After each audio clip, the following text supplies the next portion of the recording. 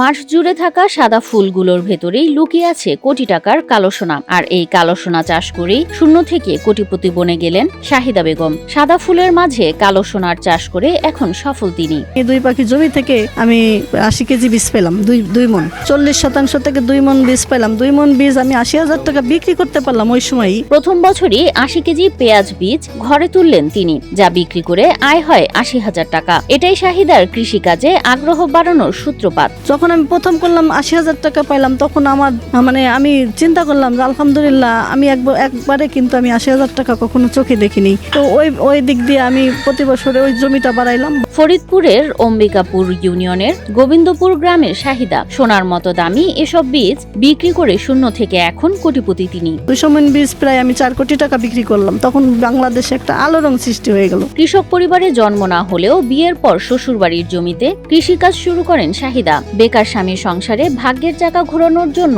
তিনি মনোযোগ দেন পেঁয়াজ বীজ চাষে।